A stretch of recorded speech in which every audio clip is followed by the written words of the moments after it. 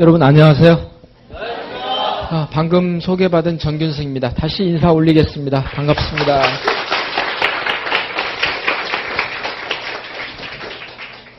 저는 지난 1년 동안 미국의 교환교수로 파견 근무를 했습니다. 마침 제가 있던 그 1년이라고 하는 시간이 미국 경제가 최악의 상황이었습니다. 가장 어려울 때 세계 경제의 메카라고 하는 미국에 있었다는 것은 오히려 잘 나갈 때 있는 것보다 못 나갈 때의 미국이라고 하는 것을 볼 수 있었다는 게 굉장히 행운이라고 생각합니다. 현재 미국 경제가 힘들어한다면 세계 어느 나라도 자유로울 수가 없습니다. 물론 한국도 그 여파가 말할 것도 없이 크죠. 그런 것들이 앞으로 향후에 이제 저도 경제학을 공부하는 사람으로서 좋은 밑거름이 되지 않을까 이런 생각도 해보고, 제가 있었던 곳은 플로리다입니다. 사계절 내내 겨울이 없어요. 겨울에도 날씨가 20도 이상의 그 기온이기 때문에 특히 거기는 겨울철이면요, 플로리다 외의 주에서 온 차들로 거리가 가득할 정도로 붐비죠. 그런데 작년에는 예외였어요. 작년에는 외지 차량이 현저하게 줄어들었습니다. 무슨 여파죠? 경기 침체 여파로 휴양지에 와서 휴가를 즐길 만한 여유가 별로 없는 겁니다. 굉장히 특이한 걸 제가 미국에서 목격한 게 어떤 거냐면, 거리에 홈리스들이 그렇게 많아요. 근데 그 홈리스들이 조끼를 입습니다. 그리고 거기에다가 홈리스라고 써요. 그리고는 공식적으로 구걸이라고 해야 되죠. 네, 그걸 이제 합니다. 거리에서요. 예, 사거리마다 다 있어요. 제가 사는 집에서 이제 자주 움직이다 보니까 집 앞에 사거리 쪽에 있는 분들은 나중에는 서로 인사해요. 저도 이제 동전도 있으면 좀 주고, $1도 주고, 이렇게 했습니다만, 그 정도로 집이 없이 이렇게 사는 사람들이 부쩍 늘었다라고 하는 거. 특히 경기가 어려우니까 플로리다 경제는 큰 타격을 받았습니다. 미국은 아시다시피 지금 실업자가 500만 명이 넘습니다. 그래서 실업률이 10%죠. 엄청납니다. 최근 수십 년 동안에 이렇게 높은 실업률은 처음이었어요. 그게 미국이더라는 거죠. 그런 여러 가지 면들을 보고 이제 다시 귀국을 해서 한국에 오니까 제가 갈 때만 해도 없었던 그런 유행어가 하나 있더라고요. 그 유행어가 청백전이라고 하는 말이 있더라고요. 그래서 저는 청백전 하면 가을 운동회 할 때 그 청군 백군 이렇게 하는 거, 그게 청백전 아니냐 했더니 모르는 소리 말해요. 뭐냐라고 그랬더니 청년 백수 전성시대랍니다. 예, 그래서 청백전이랍니다. 제가 알고 있었던 그런 관련된 것이 5, 6도도 있고 4, 5정도 있고 38선도 있고 이태백도 있고 여기까지는 알겠는데 이번에 새로 알았어요. 청백전도 있구나. 이 다음에 또 어떤 유행어가 나올지 모르겠습니다만 참 씁쓸한 거죠. 그 내용 자체가 모든 게 우리의 현실을 상징적으로 이렇게 말하고 있는 것 같아서 좀 씁쓸한 면이 있었습니다. 그런데 그렇게 청년 백수 전성시대라고 하는데 현재 우리나라의 실업률이 어느 정도인지 아세요? 4% 이상 되는 적이 없어요. 3.8%, 3.7% 이런 정도입니다. 3% 내의 실업률이라는 거죠. 근데 경제학을 전공하셨거나 아니면 경제학 원론만 배웠어도 나오는 아주 기본적인 사실이 있죠. 경제학에서 3% 내의 실업률은 자연 실업률입니다. 그래서 이거는 아무리 잘 나가는 경제도 3%대의 실업률은 있다라고 보는 거죠. 0%의 실업은 존재하지 않습니다. 어떤 나라든 가장 떨어질 때가 3%입니다. 그러면 현재 한국의 실업률은 통계로 봤을 때 어때요? 더 이상 떨어질 수 없을 정도로까지 아주 양호합니다. 그게 통계예요. 근데 여러분 표정이 그렇지 않다는 표정들이시거든요? 그러면 통계가 거짓말을 하는 겁니까? 아닙니다. 거짓말 하는 거 아니에요. 맞아요. 그럼 왜 그러냐? 우리가 피부로 느끼는 체감 실업과 그 다음에 실제로 발표하는 통계 실업 사이에 굉장한 괴리가 발생합니다. 그 이유가 왜 그러냐면 실업자를 어떻게 정의하냐에 따라 다릅니다. 우리가 지금 하고 있는 기준은 ILO, 국제노동기구죠. ILO 기준인데 취업자와 실업자를 이렇게 구분합니다. 취업자는 일주일에 1시간 이상 일하고 보수를 받으면 취업자입니다. 일주일에 1시간 이상 일하고 대가를 받으면 취업자로 분류가 됩니다. 그마저도 안 되면 열심히 일을 하려고 하지만 일주일에 단 1시간도 일하고 돈을 받지 못하면 실업자입니다. 그렇다 보니까 실업자는 굉장히 엄격하고 취업자는 굉장히 관대합니다. 이런 게 통계상에 존재하고 있는 사실이고요. 우리는 어때요? 일주일에 1시간 파트타임으로 일하고 돈 벌으면 취업자로 생각 안 쳐. 그러다 보니까는 정서적으로 느끼는 실업자와 실제 통계로 드러나는 실업자가 굉장히 차이가 난다는 거죠. 또 한 가지 실업 통계에서 누락되는 게 있습니다. 사실상 실업자인데 실업자나 취업자 어디에도 속하지 않는 계층이 있어요. 누구냐면요. 취업을 아예 포기한 사람이에요. 취업할 생각을 않는 사람. 아예 열심히 이렇게 직장을 찾으려고도 않는 사람이 아예 포기했어요. 거기는 제외됩니다. 그 다음에 또 하나 아직 본격적으로 구직 활동을 하지 않고 그냥 준비만 하는 사람들 있죠. 흔히 뭐라고 그러죠? 취업 준비생이라고 하죠. 취업 준비생들 전부 제외됩니다. 그런데 지금 우리 주변에는 그냥 공부만 하고 있고 준비만 하고 있지 아직 노동시장에 나가지 않으려고 하는 젊은 층이 굉장히 많이 있습니다. 게다가 옛날에 노력해봤는데 안 되더라. 그럴 바에는 차라리 그냥 나 이제 취직하는 거 포기해버려야겠다. 그만둔 사람. 이런 분들이 굉장히 많이 있다는 거예요. 그럼 그들은 어때요? 흔히 우리가 말하는 백수라고 하는 거죠. 그들이 젊은 층의 대다수가 있다라는 겁니다. 그런 청년 백수가 크게는 많게는 200만 명입니다. 취업 준비생들까지 다 합치면요. 이렇게 봤을 때 우리는 통계에서 누락된 200만 명의 사람들이 사실상 실업 상태에 있는 것과 같다. 아무 일도 하지 않고 있으니까요. 그들 대부분이 청년층이더라. 그렇다면 정말 청년 백수 전성시대가 맞다는 얘기죠. 청백전이 그럴듯하다는 말입니다. 그러면 이들을 만일 체감 실업자로 포함을 시킨다면 한국의 청년 실업률은요. 엄청납니다. 어쩌면 10%가 넘을지도 모를 정도의 비공식적이긴 하지만 이게 한국의 현실이다 하는 말씀이고 그러면 이제 취업했으면 다냐? 이제 모든 거 안심이냐? 또 그게 그렇지만도 않죠. 잘 아시겠지만 현재 우리 사회에서 어떤 한 사람이 직장에 취직을 해서 완전히 일생을 통해서 그만둘 때까지 그게 한 몇 년 정도 직장에서 일하는 것으로 나와 있죠? 평균 20년입니다.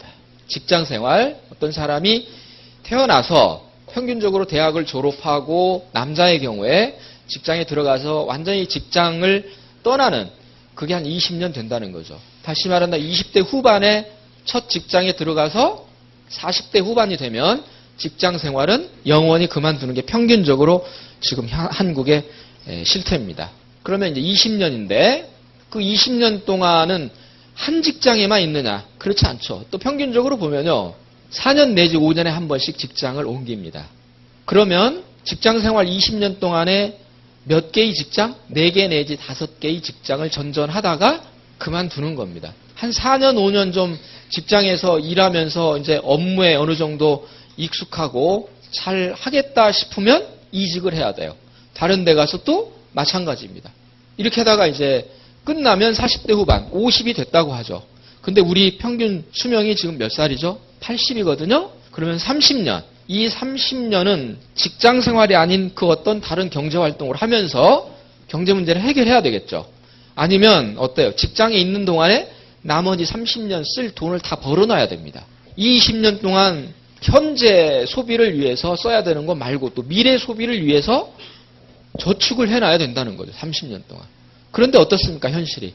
그럴 정도의 직장 생활이 여유 있고 경제적으로 풍족하지가 못하다는 얘기입니다. 따라서 직장에 취직을 했든 또는 직장에 취직을 하지 못했든 젊은 층이든 아니면 나이가 좀 있든 중요한 문제는 50대 이후의 삶을 어떤 방식으로 살아갈 것이냐에 대해서 해결이 돼 있지 않으면 언젠가 닥칠 이 문제에서 대한민국 어느 누구도 자유로울 수가 없다는 거죠. 그래서 지금 오늘날 많은 분들이 직장을 다니든 다니지 않든 걱정이 태산입니다. 어떻게 해야 될 것이냐. 미래에 대한 어떤 안개 속에서 나오지를 못하고 있다는 거죠.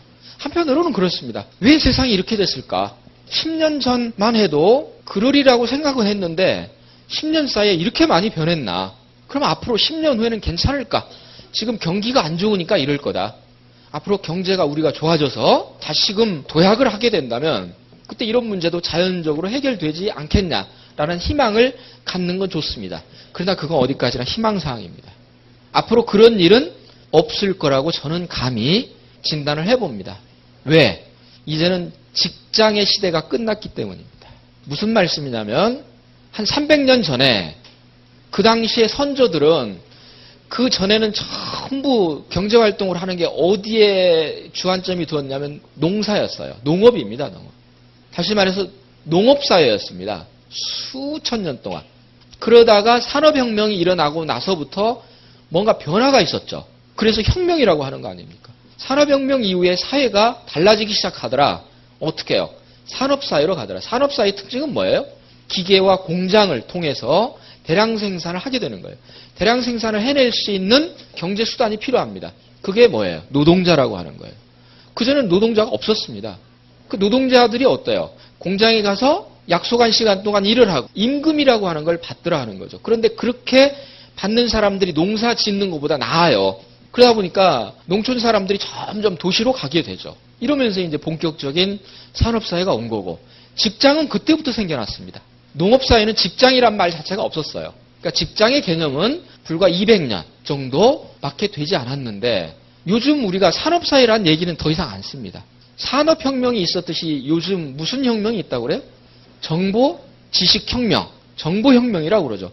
정보, 지식혁명이라고 하는 말 뒤에는 어떤 사회가 온다? 정보, 지식사회가 오는 거죠. 실제로 와 있지 않습니까? 그러면 옛날 산업혁명 이후에 산업사회를 거치면서 많은 그 당시 사람들이 혼란을 겪었듯이 지금 정보혁명 이후에 우리가 어떻다? 그 와중에 있다. 그러면서 과거의 산업사회에서 진실로 여겨졌던 것들이 더 이상 진실이 아니더라는 거예요. 그 대표적인 게 뭐냐? 직장이라고 하는 겁니다. 직장이 무너지면 자동적으로 고용도 흔들립니다. 그래서 앞으로의 세상은 우리 경제가 성장하더라도 고용 없는 성장 시대입니다. 성장을 하더라도 고용은 늘어나지 않습니다. 오히려 고용이 더 줄어들 수도 있습니다. 즉 직장의 종말이 우리 앞에 왔다라고 하는 거죠. 따라서 직장에 목숨 걸면 큰일 납니다. 직장 생활은 좋습니다. 할 수만 있으면 해야 되죠. 그러나 언젠가는 직장 생활은 그만둘 수밖에 없고, 그리고 점점 그 그만두는 기간이 짧아지고 있다는 사실. 50대에서 언제부턴가 40대로 오고 이것이 30대로 갈지도 모르는 이런 상황. 이게 오늘날 한국의 현실입니다. 사실 저는 이렇게 생각합니다. 오늘날 한국을 살아가고 있는 어느 누구도 예외 없이 알아야 될 사실. 그것은 학력이 높든 낮든, 과거에 잘 살았든 못 살았든, 내가 나이가 많든 적든, 남녀노소 지위 고하를 막론하고 누구도 예외일 수 없는 사실은 이제부터 과거와 다르게 살지 않으면 5년, 10년 후에 미래를 누구도 낙관할 수 없는 게 앞으로의 세상이다 하는 겁니다. 과거에 설사 좀 못 살았고 좀 게을렀고 기회가 없었고 그래서 내가 원하는 그런 삶을 살지 못했다 하더라도 지금부터 5년, 10년을 어떻게 하냐에 따라서 얼마든지 역전이 가능합니다. 그러나 과거에 그 화려했던 모든 거, 직장에서 잘 나갔던 모든 거 5년, 10년 후에 보장이 되느냐? 천만의 말씀입니다. 결코 그렇지 못할 겁니다. 그래서 지금 이 혁명기에 우리 모두는 똑같은 출발선상에 서 있습니다. 지금부터 어떻게 스포트를 해서 나아가냐에 따라서 과거의 모든 것들과는 상관없는 미래가 펼쳐질 것이다. 그런 의미에서 오늘날 우리는 굉장히 좋은 기회를 맞이하고 있다. 그러나 그 기회가 좋다고 해서 내 것이냐? 아닙니다. 과거에도 그랬지만 내가 그 기회가 어떤 기회고 그리고 그걸 통해서 어떤 노력을 하고 얼마만큼 내가 열심히 하냐에 따라서 달라지는 건 틀림없습니다. 엘빈 토플러가 이런 말을 했었죠. 20세기에는 글을 읽지 못하는 사람, 그가 문맹이었다. 그런데 21세기의 문맹은 새롭게 배우려고 하지 않는 사람, 그가 바로 문맹이다. 굉장히 샤킹하면서 그러나 어때요? 정신이 번쩍 들게 하는 얘기입니다. 새롭게 배우려고 하지 않는 사람, 그가 문맹이다. 그렇게 본다면 21세기의 대한민국에는 굉장히 많은 문맹들이 있어요. 그런데 정작 자신이 문맹인지를 모르고 살아가요. 그 내가 지금 알고 있는 건 이미 5년 전, 10년 전에 배웠던 것들이에요. 심지어 어떤 분들은 학창시절에 배운 거 가지고 평생 살아가려고 그래요. 산업사회는 그래도 통했어요. 그래서 산업사회는 대학만 나와도 평생 대학 나왔다는 것 때문에 어때요? 그냥 그대로 살아갔어요. 문제 없었어요. 대학원 나오고 박사학위 가졌다. 그 자체가 어떤 거예요? 평생이 보장되는 시대도 있었어요. 그러나 그건 옛날 얘기입니다. 다시는 그런 세상은 오지 않는다. 제 아무리 과거에 많은 걸 알고 있었더라도 5년 내지 10년을 주기로 해서 계속해서 새로운 것들을 배우고 새로운 정보를 취득해서 자신의 지식 체계를 넓히지 않으면 이제 점점 퇴보할 수밖에 없는 세상. 그런가 하면 과거에 나는 배우지 못했는데 그래서 나는 기회가 없었는데 그러나 이제는 배우지 못했다라고 하는 과거의 모든 것들은 다 잊어버리십시오. 이제부터 새로 배우시면 됩니다. 이것이 또 하나의 모든 사람들에게 예외 없이 적용되고 있는 사례다 하는 거죠. 엘빈 토플의 그런 문맹이라고 하는 걸 새롭게 배우려고 하지 않고 그래서 익히려고 하지 않고 그걸 활용하려고 하지 않게 되면 점점 도태가 된다. 그 말씀이 어떤 거냐면 세상 사람들 중에서는 알고 있다고는 하는데 그 알고 있는 지식의 내용이 자세히 보면 두 가지. 이런 두 가지 내용의 지식을 알고 있으면 이거는 이 지식은 쓰레기 지식입니다. 아무 소용이 없는 거예요. 그런 지식의 첫 번째는 유통기한이 지난 지식이에요. 그러니까 이건 옛날 얘기예요. 옛날에는 통했던 얘기. 그래서 어떤 분들 보면 5년 전 했던 이야기, 10년 전 했던 이야기 계속 그걸 반복합니다. 무슨 얘기인지 안 해도 알아요. 무슨 얘기 다음에 할지. 이렇게 되면요. 왕따 돼요. 왕따. 누구도 안 놀아줘요. 이제요. 예. 근데 자신은 왜 옛날에는 통했는데 지금 안 통할까? 답답해 하거든요. 예, 이게 유통기한이 지난 대표적인 지식의 한 형태입니다. 유통기한이 지난 우유를 마시면 어떻게 되죠? 예, 배탈 나죠. 유통기한이 지난 지식을 갖고 살면 어떻게 해요? 머리가 탈납니다. 그걸 그대로 방치해두면 뭐가 탈나냐면 인생이 탈납니다. 배탈 나면 바로 병원에 가서 치료해도 되지만 이 머리가 탈나면 이 치료는요. 병원에 가도 치료를 안 해줍니다. 이 치료는 누구밖에 못해요? 자기 자신밖에는 못합니다. 그런데 많은 분들은 지금 유통기한이 지났는지 안 지났는지도 모르는 지식들을 가지고 그야말로 용감하게 살아간다 하는 거죠. 이제 이렇게 해서는 굉장히 어려울 것이다 하는 말씀이고 두 번째 또 하나 그럴 수 있는 지식은 쓸모없는 지식들입니다. 어디 가도 쓸 데가 없어요. 가만히 이렇게 보면요. 적지 않은 분들이 몰라도 될 것은 너무 많이 알고 있어요. 또 꼭 알아야 될 건 어쩌면 그렇게 모릅니까? 반대로 가고 있어요. 완전히 청개구리입니다. 가령 그 좋아하는 TV 프로 중에서 얼마 전에 끝났죠. 솔약국집 사람들. 주말에는 그냥 이거 보는 재미로 일주일을 버티는 분들이 계셔요. 그리고 뭐 보통 지식들이 아니세요. 거기에 대해서는 뭐 이미 다음 주에 스토리가 어떻게 전개될지에 대해서도 거의 전문가적인 식견을 갖고 계십니다. 그리고 그 자신의 알고 있는 지식을 주변의 모든 사람들에게 다 알려줍니다. 아, 두고 봐라. 이렇게 전개될 것이다. 그런데 진짜 맞아요, 그게요. 기가 막혀요. 예. 그런데 과연 그런 전문가적인 식견이 어디에다 쓸모가 있냐는 거죠. 그래서 얻는 게 뭡니까? 똑같은 얘기를 연예부 기자가 하면 어때요? 돈이 돼요. 그 똑같은 정보가. 근데 우리가 아무리 얘기를 해도 하나도 돈이 안 됩니다. 근데 지금 우리가 어떤 시대를 살고 있어요? 정보와 지식. 그러면 옛날에 산업사회 때는 뭐였어요? 자본을 가지고 있는 사람이 돈을 벌었잖아요. 그렇죠? 그러면 정보사회에서는 뭐예요? 이 정보를 가지고 있는 사람, 즉 정보가 뭐예요? 돈이에요. 그러니 정보가 돈이 되는 원천이 되는 거예요. 그래서 오늘날 경제학에서 정보재라고 하는 게 새로 생겼습니다. 정보재가 있어요. 정보는 재화입니다, 이제. 이거를 가공해서 자신의 지식을 통해서 돈을 창출하는 세상이 정보 지식사예요. 그러니까 오늘날 큰 돈을 버는 사람들 보십시오. 전부 이걸 가지고 돈을 벌고 있어요. 그럼 이미 시대가 어떻게 간다는 거 답이 나와 있습니다. 그런데 똑같은 정보지만 방금 솔약국집 사람들의 정보는 과연 그게 정보냐는 거예요. 그래서 그분들 그거 끝났을 때 굉장히 허탈해했어요. 근데 요즘 또 살판 났어요. 아이리스가 나온 거예요, 아이리스가. 예.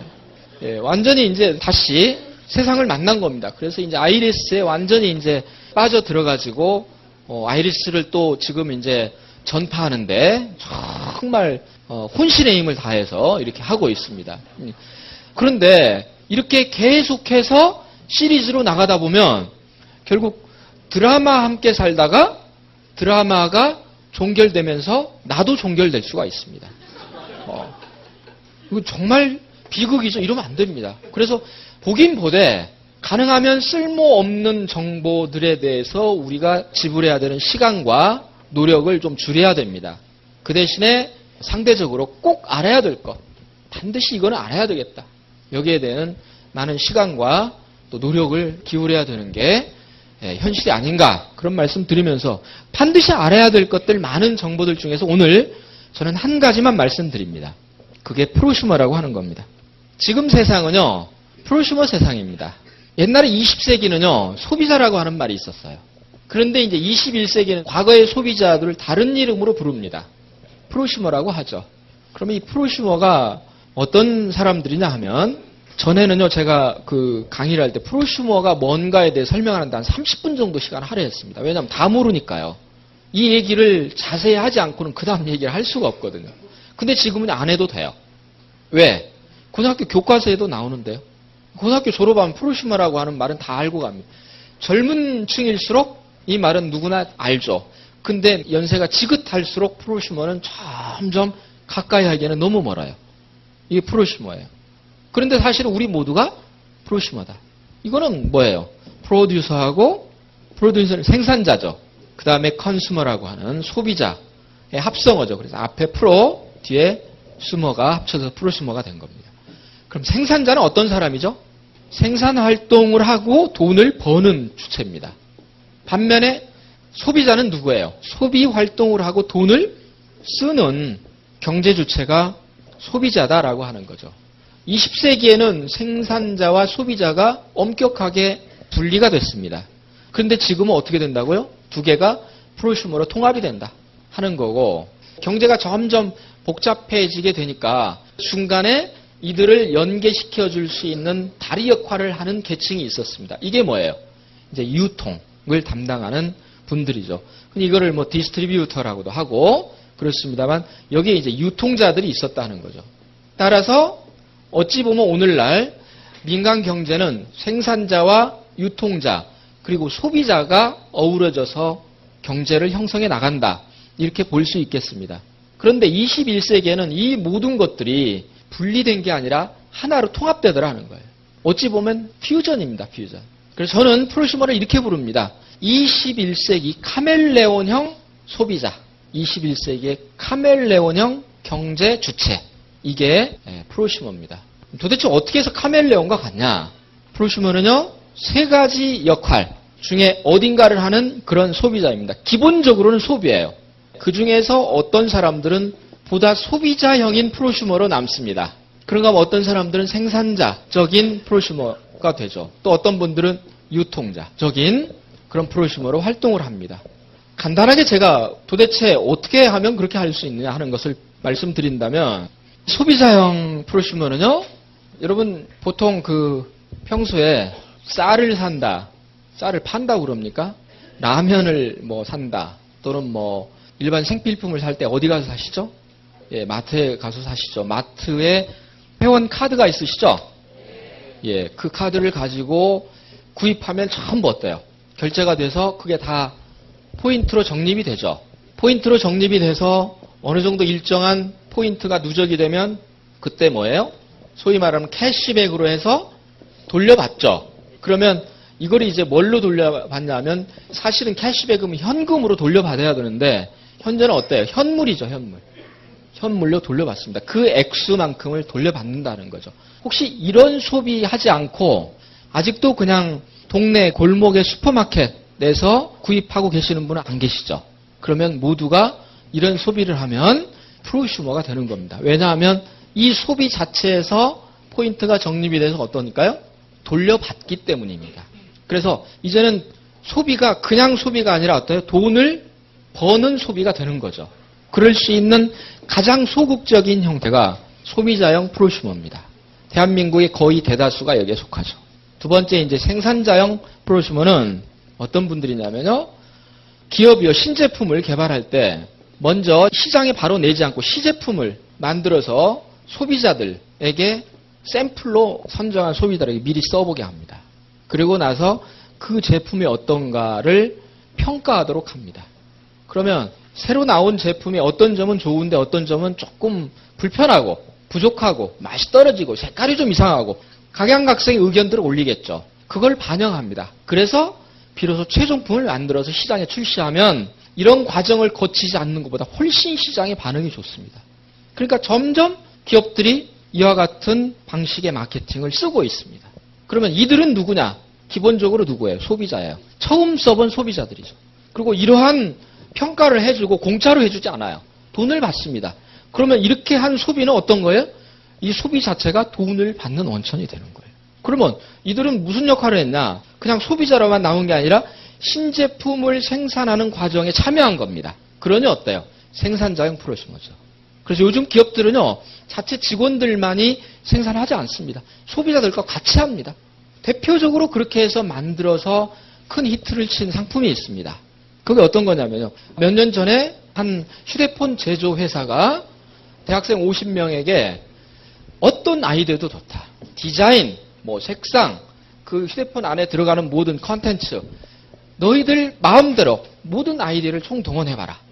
했더니 50명이 1700가지 아이디어를 냈습니다. 엄청난 거죠. 그 중에서 실제로 반영할 수 있는 것들을 그 휴대폰에다가 반영해서 출시를 했습니다. 그런데요, 시장에서 대박을 터뜨렸습니다. 그게 어떤 겁니까? 초콜릿폰입니다. 초콜릿폰은요, LG전자 연구원들이 만든 게 아니에요. 이거를 만든 주인공들은 대학생. 이들은 누굽니까? 휴대폰 소비자죠. 소비자들이 참여해서 만든 게 초콜릿폰이다라고 해요. 요즘 아파트들도요, 이렇게 합니다. 모델하우스 분양하고 할 때 많이 이렇게 지켜보시는데요. 그 아파트들이 어떻게 나오는지 아십니까? 모델하우스 나오기 전에 단계를 거칩니다. 주부 모니터 요원들을 모집합니다. 그래서 지금 이렇게 해서 새로 모델을 개발해서 이 아파트를 분양을 하려고 하는데 여러분들이 직접 한번 보고 평가를 해주라라고 합니다. 그러면 사실은 아파트에 대해서 주부보다 더 잘하는 사람이 어디 있습니까? 아주 꼼꼼하게.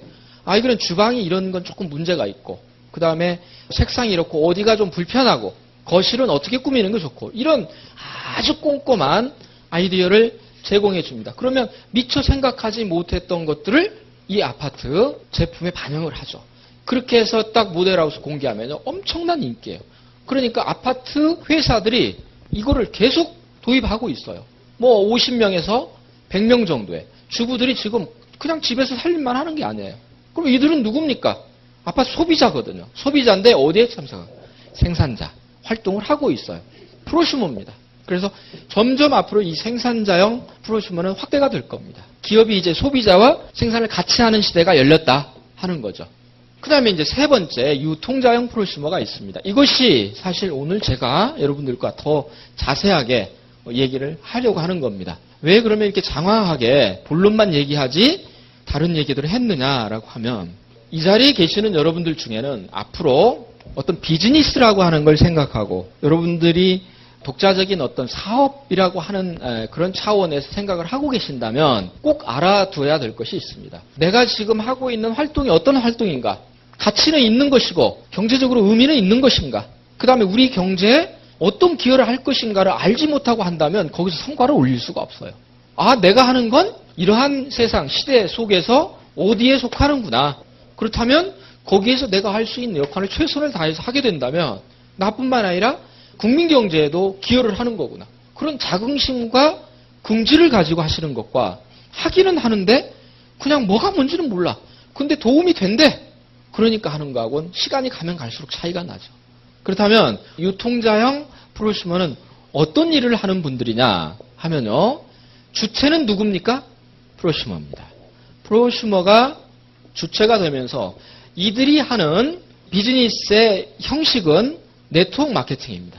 그래서 저는 이거를 일찍이 프로슈머 마케팅이다 라고 얘기했죠. 마치 생산자와 소비자를 합쳐서 프로슈머라고 하는 것처럼 프로슈머와 네트워크 마케팅을 합쳐서 프로슈머 마케팅이라고 하는 표현을 이제 사용했고요. 엄격한 의미에서 프로슈머 마케팅은 두 부류가 있습니다. 한쪽은 여기도 속해요. 생산자형 프로슈머도 사실상 프로슈머 마케팅입니다. 그런데 이쪽은 어떤 거예요? 방금 말씀드린 것처럼 기업의 생산 과정에 직접 참여하는 겁니다. 그런데 이쪽은 어때요?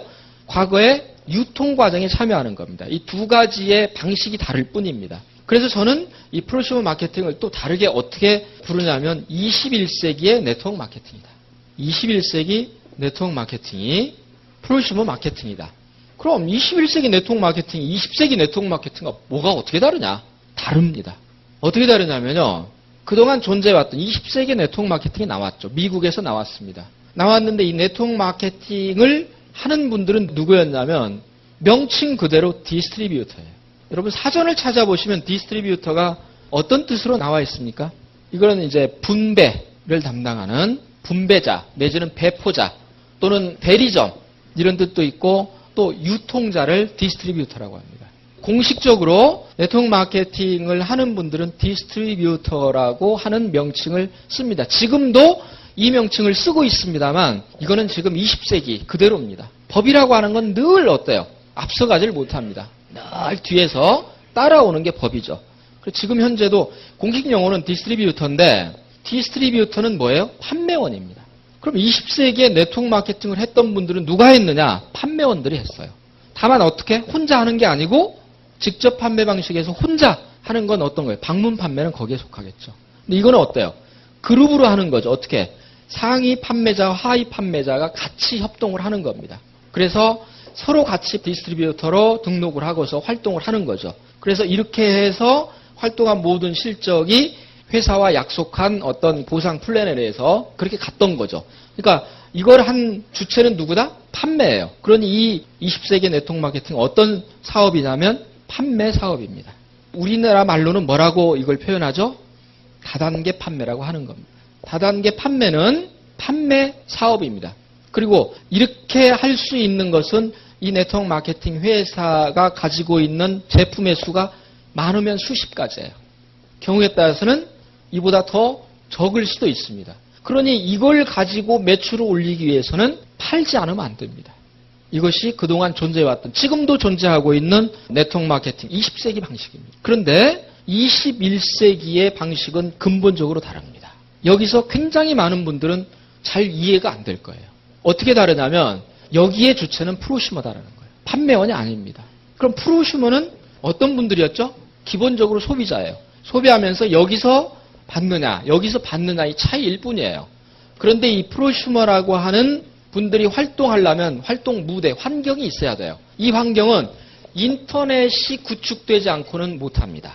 따라서 지금 전 세계를 통틀어서 프로슈머적인 소비를 하는 그런 국가들은 몇 개 되지 않습니다. 한국을 비롯해서 미국, 일본, 일부 유럽, 호주 정도 이런 정도의 비교적 인프라의 기반이 잘 구축되어 있는 사회 속에서 소비를 하는 분들은 오프라인뿐만 아니라 온라인을 통해서도 얼마든지 쇼핑할 수 있는 기회가 주어지고 그러면서 이런 것들이 진화를 하면서 프로슈머로 가고 있는 겁니다. 그래서 프로슈머가 존재하는 국가는 전 세계에 얼마 안 된다는 거예요. 그런데 갈수록 인터넷 시대가 됨에 따라서 어때요? 모든 나라들이 프로슈머로 전환을 하겠죠. 그렇게 되면 어느 때인가 지금으로부터 50년이 됐든 100년이 됐든 언젠가 어느 시점에서는 전 세계 모든 사람들이 이제 프로슈머가 되겠죠. 그리고 한국은 이 중에서 가장 앞서 있는 나라입니다. 가장 앞서 있기 때문에 대부분이 한국에서 내가 살아가는데도 내가 누구인지를 모르고 사는 겁니다. 그래서 21세기의 이 네트워크 마케팅은요. 이제는 판매하는 게 아닙니다. 그냥 소비하는 거예요. 그러면 프로슈머 마케팅이라고 하는 것은 어떻게 하면 되느냐. 유통자형 프로슈머로서 프로슈머 마케팅을 실천하는 분들이 해야 될 두 가지 일이 있습니다. 이 두 가지가 모든 거예요. 첫째, 자신의 소비 습관을 바꾸는 겁니다. 아까 말씀하셨죠. 어디서 소비하느냐 하니까 마트에 가서 한다. 그런데 계속 그런 방식으로 마트만 이용하게 되면 죽을 때까지 거기를 이용해야 됩니다. 그럼 우리가 평생 동안 이용해 주었는데 거기에서 얻을 수 있는 건 뭐냐는 거예요. 100만 원을 소비해 준 대가로 10,000원을 돌려받는다면 안 받는 것보다는 낫겠죠. 그런데 이보다 더 많이 받을 수 있는 소비 형태가 있다면 어때요? 기꺼이 바꿔야죠. 그런데 왜 안 바꿉니까? 첫째는 모르기 때문에. 또 하나는 어때요? 그놈의 자존심 때문에. 여러 가지 이유가 있겠습니다. 그런데 지금은요. 100만 원 소비했을 때 10,000원을 돌려받는 방법만 있는 게 아니에요. 즉 정보의 차이에 의해서 자신이 캐시백으로 받을 수 있는 방법이 굉장히 다양하다는 겁니다. 이제는 마트, 남의 마트가 아니라 내 마트, 내 쇼핑몰에서 쇼핑하는 겁니다. 즉 어떤 거냐면 여기에는 내가 필요한 모든 생필품이 다 있어요. 그래서 매일매일 쓰고 있는 모든 소비재가 이 안에 다 있습니다. 소비재뿐만 아니라 늘상 쓰는 건 아니지만 또 필요한 것들, 이를테면 건강 보조식품도 들어갈 수 있는 거고 다양한 것들이 이 몰 안에 수백 가지, 수천 가지가 있습니다. 그래서 굳이 어떻게 해요? 이제는 다른 데 가서 하는 것보다 여기서 하면 그대로 돌려받을 수 있기 때문에 첫째, 소비 습관을 바꾸는 겁니다. 그렇게 할 수 있는 것은 어떻게 하면 돼요? 회원으로 가입하면 됩니다. 무슨 가입비? 없습니다. 만일 가입비가 있다. 그건 어때요? 불법입니다. 전혀 가입비 없습니다. 이렇게 하는 거고요. 그 다음에 유통자형 프로슈머로서 두 번째, 이게 더 중요합니다. 여기까지만 한다면 뭐예요? 소비자형 프로슈머하고 차이가 없죠, 거의. 50보 100보겠죠. 아까 이 소비는 어때요? 혼자 하는 거예요. 혼자 하고 혼자 받는 거죠. 그런데 이건 어때요? 소비는 똑같이 내 거 필요하면 내가 쓰는데 여기는 어떻게 하는 겁니까? 나만이 아니라 소비자들의 네트워크를 구축하는 겁니다. 내가 바꾼 소비 습관의 변화를 다른 사람들에게 알리기입니다. 여기서 알려준다는 의미에서 구전 광고죠. 이 정보를 알려주는 거. 나는 이렇게 바꿨다. 이 정보를 알려주는 게 어떻게 된다고요? 그래서 이 정보가 효과가 있어서 다른 누군가가 내 얘기를 듣고 나처럼 회원으로 가입해서 그대로 사용을 한다면 어떻게 됩니까? 이제는 이것이 어때요? 버려지는 게 아니라 이렇게 내가 구정 광고를 한 모든 가치가 나에게 그대로 돌아온다라고 하는 겁니다. 아까 대장금 봐주고 그 다음에 솔약국집 사람들 아무리 보고 정보를 알려줬어도 이거는 아무것도 생기는 게 없는데 이 정보는 어때요? 돈이 되는 거예요. 이게 21세기적인 소비자, 프로슈머가 선택할 수 있는 겁니다. 따라서 여러분들이 해야 될 것은 단지 두 가지예요. 하나는 바꿔라. 바꾸지 않고 갈 수도 있어요. 그렇게 되면 어때요? 영원한 소비자입니다. 그냥 20세기적인 소비자죠. 그런데 어때요? 바꾸고 바꾼 걸 알려주고 그래서 점점 이런 알려주는 사람이 나만 혼자 알려주는 게 아니라 또 어때요? 나로부터 그런 정보를 받은 사람이 또 다른 사람에게 알려주고 그러면 이게 연속적으로 전부 어때요? 다 기록에 남죠. 무엇을 통해서? 인터넷이라고 하는 걸 통해서 하나도 빠짐없이 그대로 기록이 됩니다. 그리고 거기에 정확히 연동해서 어때요? 회사가 여러분에게 약속한 보상 플랜에 따라서 돌려받는 거죠. 그렇다면 이거는 나 혼자 하고 돌려받는 거에 비한다면 어때요? 수입 면에서 훨씬 나은 겁니다. 내가 하는 건 뭐였어요? 그냥 소비 습관 바꾼 거예요. 그리고 어때요? 이것만 알려줬어요. 파는 게 아니다라는 거예요. 그래서 20세기에는 팔지 않으면 안 됐는데 이제 21세기에는 자가 소비만 하면 됩니다. 내가 소비한 거 바꾸고 그것만 알려주면 돼요. 그런데 여기서 문제가 있어요. 알려주는데 무조건 알려주면 안 됩니다. 오늘 얘기를 듣고 알려주면 되는구나. 그러니까 벌써 지금 여러분 중에 이제 벌써 문자를 보내가지고 야 이따가 저녁에 7시에 만나자. 지금 얘기를 했어요. 그래. 저거라면 되겠다. 아주 그 센스가 있는 분들은 벌써 알아차렸어요. 오 그러네 이거. 그냥 이렇게만 소비하면 죽을 때까지 소비자 아니고는 못 벗어나겠다. 그럴 때가 아니다. 똑같은 소비를 해도 어차피 하는 소비, 어디서 해도 하는 소비, 어디서 하고 어떤 방식으로 하냐에 따라서 나중에 결과가 다르다면 한번 바꿔보자. 그런데 이거 나만 바꾸면 안 된다고 그러는구나. 그러니 너도 벌써 리스트에 딱 올라 있어요. 100명. 대인관계가 굉장히 폭넓은 분들은 지금 500명까지도 리스트가 쫙 나올 수도 있어요. 그래서 이제 오늘 저녁부터 이걸 이제 알리기 시작합니다.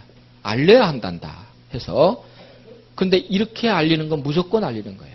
무조건 알리면 무조건 안 됩니다. 이분들이 좋아하는 노래가 있죠. 뭐 낮에도 좋아, 밤에도 좋아, 언제든지 달려갈게. 이거죠. 이거 좋아합니다. 그런데요. 막상 그들이 안 좋아해요. 이렇게 가면. 이렇게 가면 절대 안 됩니다. 그러면 어떻게 알려주느냐? 제대로 알리기입니다. 이게 중요합니다. 제대로 알리기. 어떤 분이 그러세요. 저는 줄자반 100명도 넘게 제가 열심히 지금 알렸다. 알리고 뭐 이 사업을 전하고 했는데 1년 전이나 2년 전이나 맨날 그대로다. 도저히 이제 지쳐서 못하겠다. 그런 말씀을 하세요. 제가 그분께 역으로 여쭤본 게 있어요. 제가 두 가지만 여쭤보겠습니다. 소비 습관 분명히 바꾸고 그 바꾼 소비 습관 그대로 지금 하고 계십니까? 대답을 안 하세요. 그러면 이제 알죠. 어떻게 한다는 거. 예.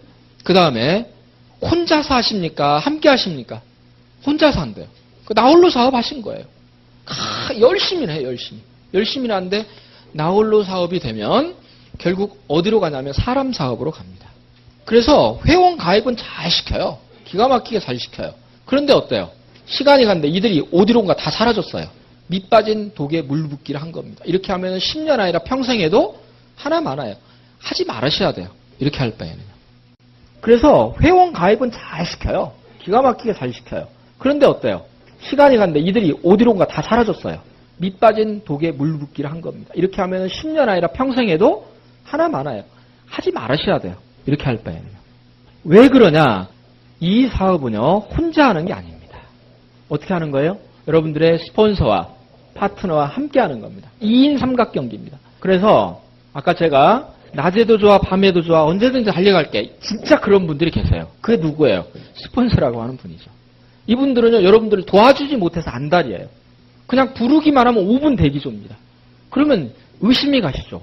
아니 지금이 어떤 세상인데 자기 지금 먹고 살기 경제활동 하기도 바쁜데 뭘 남을 도와주러 다닐 시간이 어디 있어? 이럴 거예요. 왜냐하면 프로쇼 마케팅은요, 남을 도와주지 않으면 절대 성공을 못하기 때문에 희한한 거예요. 그리고 지금까지 살아왔던 우리의 고정관념으로 남을 도와줘야 내가 성공한다? 말도 안 돼요.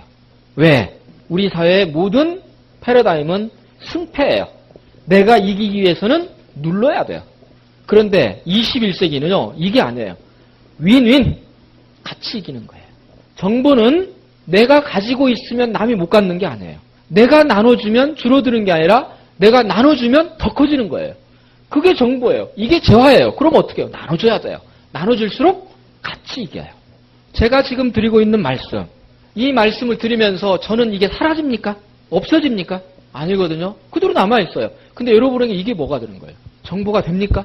정보가 되어 있다면 이 정보를 가지고 여러분은 뭘 창출하는 거죠? 그동안에 가지고 있던 모든 지식체계에 새로운 정보가 들어오면 이걸 통해서 지식체계가 바꿔지죠. 예. 이건 그전의 지식과는 다른 지식입니다. 새로운 정보에 의해서. 그래서 어때요? 계속 영양가 있는 정보들을 내가 취득해서 새로운 내 지식체계를 바꿔야만이 앞으로 세상은 살아갈 수 있어요. 이게 주된 경제 자원이니까요. 그러면 이제 이게 여러분의 지식이 됐다는 거죠. 이걸 어떻게 해요? 다시 정보로 누군가에게 제공하는 거예요. 그렇다면 이 지식은 아까 얘기했던 어떤 겁니까? 다른 사람에게 알릴 수 있는 자원이 되는 거예요. 그래서 알려주는 것 자체가 정보가 된 거죠. 그렇다면 여러분으로부터 받았던 이 정보를 누군가는 가지고 다시 어떻게 해요? 자신의 지식체계를 구축하겠죠. 그리고 거기서 또 다른 정보를 누군가에게 주겠죠. 물론 이 그림으로 보면 이렇게 도니까 다시 원래의 정보냐? 이 정보는 완전 다른 정보예요. 이렇게 정보는 계속 지식 정보가 되면서 엄청난 부를 창출해낼 수 있다라고 하는 겁니다. 이것이 21세기의 경제가 돌아가는 하나의 패턴이 된다는 거예요. 그래서 이 구조 속에 내가 있냐 없냐에 따라서 특히 여기서 어떤 거예요? 돈이 될 수 있는 그런 정보와 지식을 갖고 있느냐 그렇지 못하느냐에 따라서 21세기 부의 미래는 달라질 겁니다. 그것이 우리가 지금 앞으로 살아갈 새로운 세상에 대한 그런 준비겠죠. 그래서 이러한 이 정보를 나만 가지고 할 게 아니라 나를 도와주겠다고 하는 분들이 계신다는 거예요. 그분들의 도움을 받으십시오. 나 도움 받는 거 싫다. 나는 지금까지 그렇게 안 살았어. 그럼 그냥 20세기식으로 사세요. 이제는요, 정보를 필요한 건 내가 얻고 그냥 얻지만 마세요. 얻었으면 어떻게 해라? 나도 정보를 생산해라는 거예요. 정보 생산자가 되셔야 돼요. 그 정보 생산자가 되는 게 어떤 걸 통해서? 알려주는 걸 통해서. 그러므로 여러분들의 사업은 어떤 사업이냐? 정보를 생산해서 알려주는 사업입니다. 그런데 그 알려주는 사업을 어떻게 알려주라고요? 제대로 알려요. 제대로 알리기 위해서 뭐가 필요합니까? 교육이 필요한 거예요. 따라서 여러분의 사업은 처음부터 끝까지 뭐예요? 교육 사업이에요. 어떤 거예요?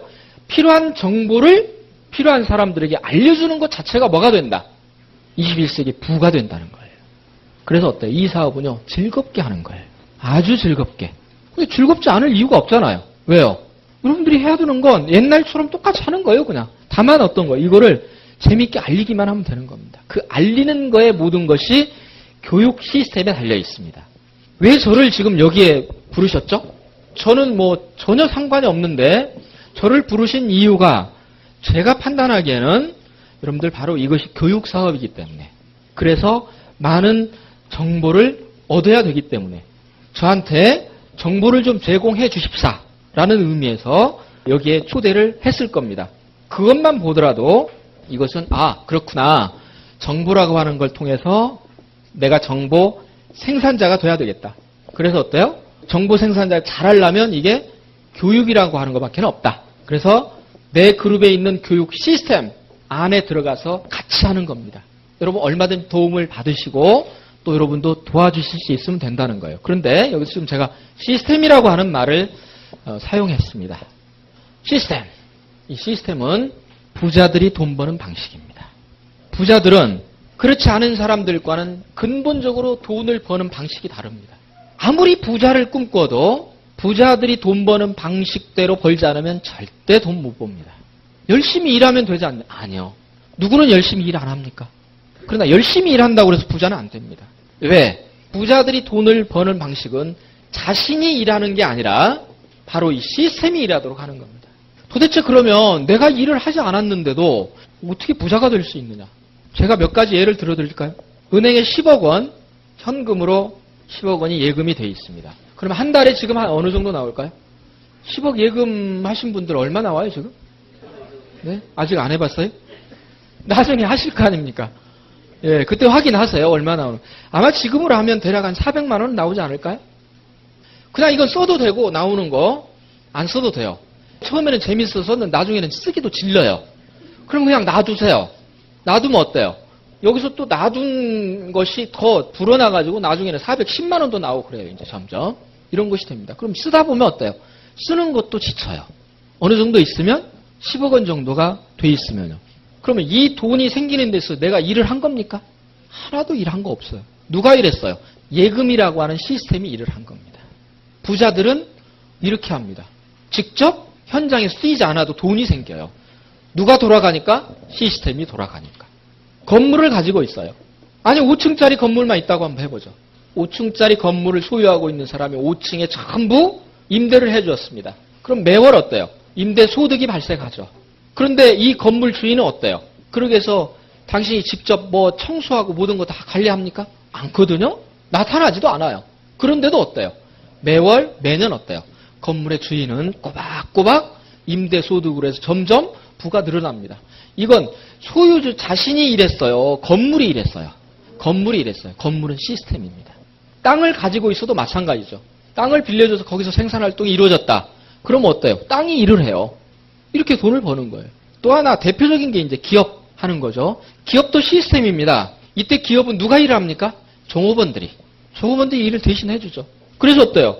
칼국수집 주인이 5명의 종업원을 데리고 일을 했다. 일은 누가 하고? 종업원들이 하고. 이렇게 해서 수입 중에 종업원과 약속한 금액을 돌려주고 남은 나머지 모든 건 누구 거예요? 칼국수집 주인이에요.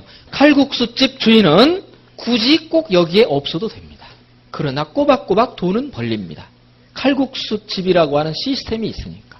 그런데요, 재미있는 게 하나 있어요. 아니, 재미있는 게 아니라 저만 재밌을 수 있어요. 제가 1년 있다가 귀국을 하고 나서 8월 언젠가 한번 통장 정리를 한번 하고 싶어요. 왜냐하면 뭐 거기 통장 가지고 가봤자 한국에 은행도 없으니까. 그래서 이제 와서 통장이 잘 있는가 한번 통장 정리를 했더니 뭐가 있어요. 이렇게 봤어요. 그랬더니 입금돼 있는 게 있더라는 거예요. 근데 그 입금된 게 어디서 왔는가 봤더니 출판사예요.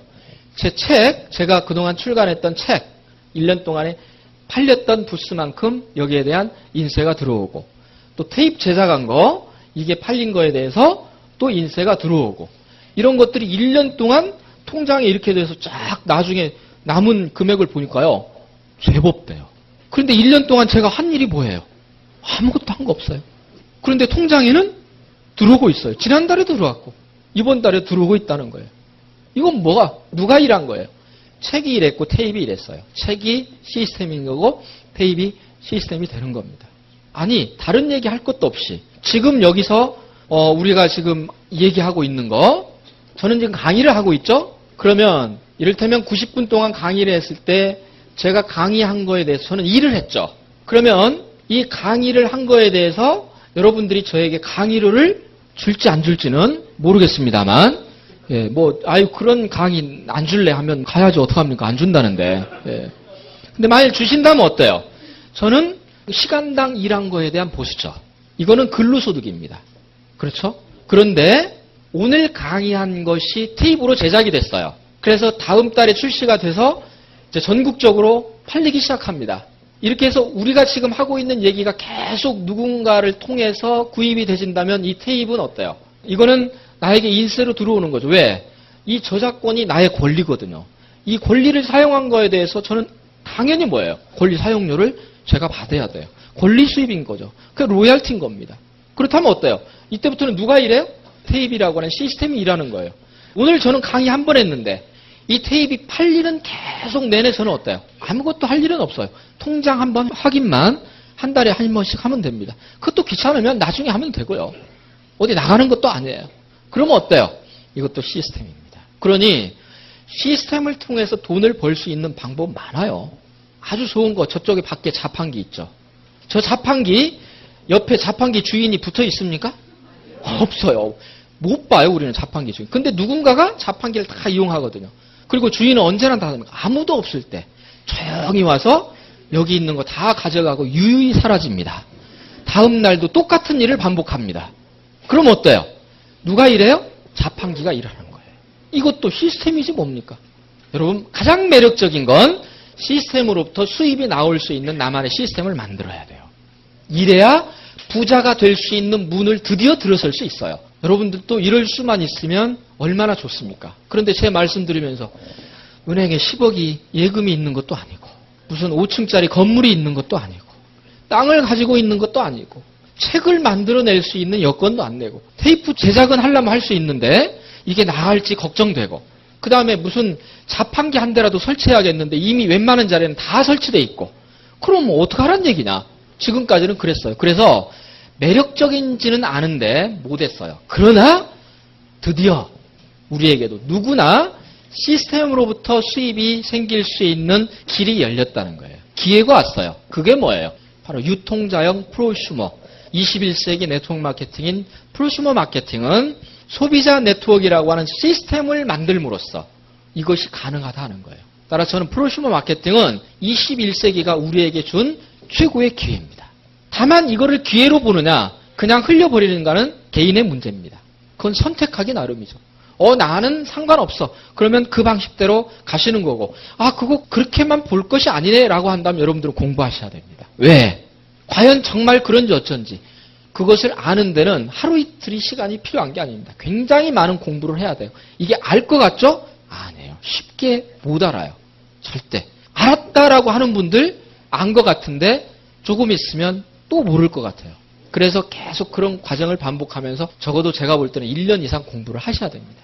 그래야만이 비로소 이게 이런 거구나 하는 것을 알 수 있다라고 하는 거죠. 그래서 결코 쉽지가 않다. 간단하기는 간단한데 어떻게?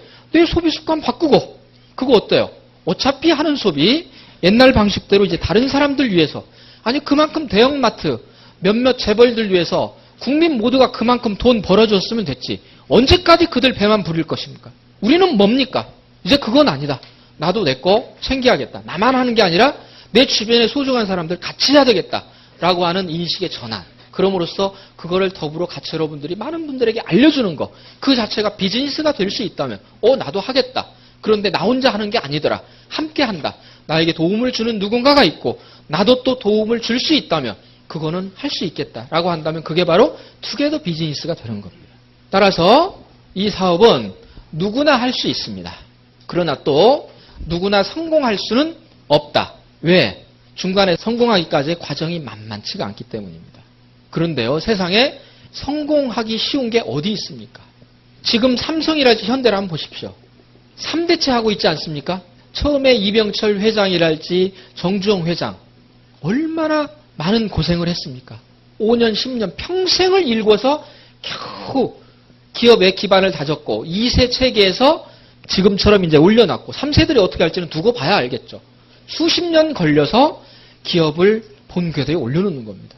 어떤 일을 하더라도 그와 같은 인고의 세월이 없이 쉽게 성공할 수 있는 거 없습니다. 쉽게 한다면 쉽게 무너집니다. 그래서 이거는 누구나 할 수는 있지만 누구나 성공하는 거 아닙니다. 그럴 수 있는 철두철미한 여러분의 철학이 있어야 됩니다. 특히 이 사업을 하는데 사명이 없으면 안 됩니다. 여러분들이 이 사업에서 사명감을 가지고 해야 됩니다. 만일 이런 사명이 일어나지 않는다면 이 사업을 하면서 여러분의 가슴이 뛰지 않는다면 내가 지금까지 살았던 그거 말고 이제는 나만을 위해서가 아니라 내 주변에 있는 많은 사람들에게 이제는 내가 드디어 기여하고 공헌하고 봉사할 수 있는 기회가 왔다. 지금부터는 이렇게 살겠다. 나를 위한 게 아니다. 라는 그 사명감이 여러분 가슴을 쿵쾅쿵쾅 뛰게 하지 않는다면 이 사업에서 여러분들은 준비가 안 돼 있는 겁니다. 특히 이거 해서 좀 용돈 좀 마련해야 되겠다. 그럼 거기까지예요. 즉 이 사업의 성공은 여러분의 그릇에 달려 있습니다. 그릇이 얼마나 크냐? 작은 그릇이면 금방 담아요. 그러나 금방 넘칩니다. 그러나 여러분의 그릇이 크다면 웬만큼 담아도 담은 것 같지가 않아요. 따라서 먼저 여러분들의 이 사업에 대한 분명한 마인드가 정립이 돼야 됩니다.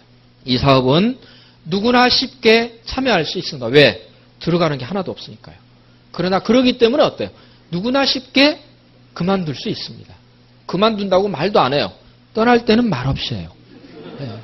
이게 또한 이 비즈니스입니다. 그래서 그냥 쉽게 생각하고 시작했다가는 그만큼 쉽게 그만둡니다. 수많은 사람들이 그렇게 잠깐 괜찮을 것 같아서 준비 없이 왔다가 그냥 조용히 다 떠났죠. 그리고는 어떻게 해요? 누구 탓으로? 전부 회사 탓이고 스폰서 탓이고 자기는 잘못한 게 하나도 없어요. 그리고 왜 얘 안 돼 이렇게? 안 되는 이유는 여러 가지가 있겠지만 그 중에 하나. 그만큼 안 될 수밖에 없는 자신의 노력과의 비례 관계를 생각해야 한다는 겁니다. 그러므로 먼저 이 사업을 하기 위해서는 사명감이 있어야 됩니다. 여러분의 사명이 무엇입니까? 지금부터 죽는 그 순간까지 내가 살아야 될 삶의 이유는 무엇입니까? 그것이 여러분의 비즈니스 속에 있다면 참으로 좋은 겁니다. 그 속에서 바로 미래를 위한 비전이 나와야 됩니다. 또한 이 비전을 실천할 수 있는 구체적인 목표들이 나와야 되겠죠. 그렇게 했을 때 비즈니스와 여러분의 인생은 비례적으로 같이 가는 겁니다. 특히 여기에서 해야 될 모든 것들은 처음부터 끝까지 뭐라고 그랬어요? 교육이에요. 늘 배우면서 깨우치고 알리는 겁니다. 언제까지? 평생 동안. 배우면서 깨우치고 알림에 따라서 여러분의 지식은 점점 어디로 가요? 전문가로 되어갑니다. 미래 사회는 전문가만이 살 수 있습니다. 전문가는 1, 2년에 안 됩니다. 10년, 20년 해야 됩니다. 그런데 이 사업은 평생 해야 됩니다. 전문가가 안 될 수가 없다라고 하는 거예요. 왜? 배우지 않으면 정보 생산을 더 이상 할 수 없으니까. 그래서 혹시라도 이게 어느 정도 네트워크 구축되고 나면 시스템이 됐으니까 이제 그다음부터는 놀고 먹어도 되지 않느냐? 아니요. 그건 다 모르는 사실이에요. 시스템이 구축돼서 여러분들의 안정적인 소득이 발생하고 난 다음에 아무것도 안 해도 되는 게 아니라 그때부터는 역할이 달라집니다. 그때는 뭐가 되느냐? 리더가 되는 거예요. 리더가 돼서 이제 여러분의 성공이 중심이 되는 게 아니라 여러분이 그랬던 것처럼 누군가를 리더로 만들기 위한 그럼으로써 어때요? 이제 우리 사회에서도 정말 많은 사람들이 대중적으로 성공할 수 있는 세상이 열렸다. 왜 그 기회를 남에게만 줘야 되느냐? 그 전도사의 역할을 여러분들이 하셔야 되는 겁니다. 무엇으로써? 성공자의 자격으로. 그러면서 그런 여러분의 말씀을 듣기 위해서 수많은 사람들이 여러분을 찾을 겁니다. 위대한 지도자가 될 수 있어요. 정치만 해야 지도자입니까? 무슨 기업을 해야만 지도자입니까? 아닙니다. 여러분은 여러분의 소비 활동의 그 습관을 바꿈으로써 그리고 그런 그룹을 키움으로써 어때요? 더 알찬 리더로 거듭날 수 있는 게 바로 여러분의 사업에 숨어있는 하나의 비전이자 가치라는 겁니다. 그래서 이러한 자긍심 그리고 거기에 대한 확신과 소신이 있지 않으면 여러분 스스로가 어려움을 견뎌내기가 힘들 정도로 중간에 여러 가지 과정이 있다. 따라서 성공하기 위해서 실천하셔야 될 5가지 원칙을 말씀드리겠습니다. 첫 번째, 먼저 자신의 텃밭을 일궈라 라고 하는 겁니다. 무슨 얘기인가요? 자기부터 준비해라. 씨를 뿌리는데 땅을 일구지 않고 씨를 뿌리면 어때요? 안 자라요. 씨가 다 죽어버려요. 농부는 어떻게 합니까? 먼저 땅을 일굽니다. 잘 일궈서 거기에서 무럭무럭 클 수 있는 환경을 만들어주는 거죠. 이거 없이 절대 그렇게 하지 않는다는 거죠. 그러니까 어떤 거예요? 우리도 마찬가지입니다. 모든 비즈니스를 하기 위해서는 먼저 토양을 그렇게 만들어줘야 돼요. 그게 뭐예요? 나부터 준비하라 하는 겁니다. 준비되지 않고 하게 되면요, 안 된다는 거예요. 대단히 많은 분들이 너무 의욕만 앞서다 보니까 열정 하나만 가지고 사업을 합니다. 그래서 자기도 잘 몰라요. 그래서 그걸 얘기를 전하려고 하는데 상대는 어떻습니까? 다른 때는 친구가 그렇지 않은데 집요하게 파고들면서 질문을 합니다. 그것도 평소답지 않게 아주 예리한 질문이에요. 근데 이게 질문에 대해서 내가 제대로 답을 못하네. 아까 저처럼 버벅거려요. 그럼 어떻게 됩니까? 친구는 벌써 신뢰감이 떨어져요. 이 녀석이 나를 이용해서 뭘 하려고 저럴까? 그리고 조금 그 얘기 나도 알아. 그 다음 얘기 무슨 얘기를 해도 소용없어요. 왜 그렇습니까? 준비되지 않은 채로 나가니까 그래요. 그래서 어때요? 여러분 공부를 많이 해야 된다는 거예요. 적어도 여러분이 전달하려고 하는 그 누군가가 어떤 질문이고 어떤 상황에서도 여러분이 그에게 얘기를 해줄 수 있는 그런 준비가 돼 있어야 됩니다. 그런데 그게 옛날에 학교 다닐 때 공부하는 공부는 공부만 빼고 다른 거라면 다 하겠다. 근데 공부는 나 이것 때문에 그동안 그만큼 스트레스 받았으면 됐지. 또 하란 말이냐. 근데요. 이 공부는 옛날 공부하고는 달라요. 옛날 공부를 하기 싫어도 했어야 돼요. 근데 이 공부는 어때요? 재밌어요, 하면요. 이 공부를 하면서 읽게 되는 책들 한번 보세요. 내가 세상을 이렇게 모르고 살았구나. 세상이 이렇게 달라지는구나. 정신 차려야 되겠구나. 이 모든 것들이 이 안에 들어요. 그래서 하지 마라고 그래도 해요. 그리고 공부한 만큼 뭐가 되니까? 나에게 유익한 지식이 되고 그 지식이 뭐의 원천이니까? 부의 원천이 되니까. 그러니 이건 잘하고 그래도 안 자요. 알아서 일어나져요. 이런 일이 계속해서 여러분들이 된다면 언제부턴가 굉장히 좋은 습관이 됩니다. 늘 공부하는 습관이에요. 이 공부하는 습관이 배게 되면 여러분 주변에 이제 여러분의 영향력이 달라집니다. 벌써 눈빛이 달라지고 말하는 내용이 달라요. 친구를 만나도 제가 작년에는 안 그랬는데 올해는 말하는 용어가 다르네. 뭔가 모르게 눈빛이 살아있네. 도대체 그게 뭘까? 야, 너 요즘 무슨 일 있냐? 아니, 없어. 근데 옛날 같지가 않아, 어쩐지? 나 똑같은데? 아니야, 뭔가 달라. 그게 뭔데? 궁금해? 정말 궁금하다. 그냥 그런 거 있어. 그러면 이제 더 안달이 나거든요. 이게 심리전이에요. 심리전에서 이겨야 돼요. 그러면 이제 더 관심 있게 봐요. 그런데 자꾸 책을 읽네? 자기는 모르는 책을 읽고, 전에는 운전을 하더라도 맨날 노래만 들었는데, 이제는 무조건 노래를 듣는 게 아니라 어때요? 다른 이상한 테이블 들어요. 그런데 듣고 보니까 그거 나도 알아야 될 거예요. 이러면서 점점 어떻습니까? 여러분의 달라져가는 삶의 태도를 누군가가 담고 싶어 합니다. 그런 상황에서 여러분이 한 번만 말해주라. 뭔데? 너 왜 그래? 그럼 나 옛날하고 이제 좀 다르게 사는 게 필요할 것 같아서 소비하는 방식도 좀 바꿨고 이제는 나도 똑똑한 소비자가 돼야 되겠다. 그래서 이렇게 바꿨고 그 다음에 그거 기회 있을 때마다 다른 사람들에게 얘기를 해주는데 또 이해를 하고 그렇게 소비 습관을 바꾸는 분들이 있어. 그런데 이게 생각했던 것보다 아주 재미있어. 그래? 그게 뭔데? 라고 했을 때 자연스럽게 얘기해주면 어때요? 그냥 더 이상 말이 필요 없어요. 2박 3일 얘기 안 해도 돼요. 그게 왜 가능합니까? 준비가 돼 있으면 그렇게 되는 거예요. 준비하지 않으면 안 됩니다.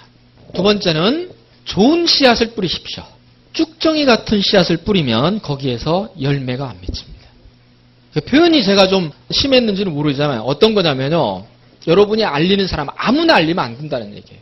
이따가 끝나고 나가시면서 저 드릴 말씀이 있는데요. 하면서 할 수는 없잖아요. 주변에 여러분이 알고 있는 분들 중에서 이분이라고 한다면 참 나에게 소중한 분이고 같이 있는 분이고 앞으로 함께 무슨 일을 해나가도 평생 동안 즐겁게 할 수 있겠다. 이게 좋은 씨앗이에요. 결국 여러분이 하는 건 뭐예요? 씨앗 뿌리기 아닙니까?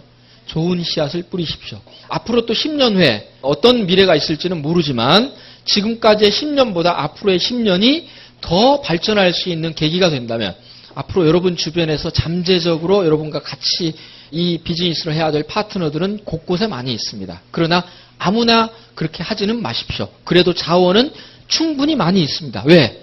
아직까지도 대한민국의 많은 분들은 여기에 대해서 이것의 가치를 모르고 살기 때문이에요. 대한민국의 국민들 중에 95%는 아직 몰라요. 이건 다 누구예요? 잠재적인 여러분들의 고객입니다. 그리고 잠재적인 파트너라는 거죠. 오히려 그동안 오해로 알려져 있던 것들이 여러분이 비즈니스 하기는 더 좋아요. 또 이것은 어때요? 국경이 없어요. 따라서 이거는 어떻습니까? 한국에서만 하는 게 아니죠. 여러분의 파트너는 어디에도 있을 수 있어요? 미국에도 있을 수 있고 일본에도 있을 수 있고 심지어는 중국에도 이제 머지않아서 어때요? 이게 꽃피우는 시대가 분명히 옵니다. 이 좁은 한반도가 문제가 아니라는 거예요. 그게 이제 어느 때냐라고 하는 것은 점점 시대의 발전에 따라서 변화의 속도가 달라지겠죠. 그러나 어찌됐든 좋은 씨앗을 뿌리십시오. 제가 보기에 잘 나가는 그룹과 그렇지 못한 그룹이 있습니다. 어디에 차이가 있느냐? 좋은 씨앗들로 구성된 그룹은 정말 잘 나갑니다. 쭉쭉쭉 나가요. 왜? 그 좋은 씨앗들이 계속 씨앗을 또 좋은 씨들을 퍼뜨리니까 그래요. 그래서 여기는 쭉쭉 나가요. 그런데 한 번 터덕거리는 거.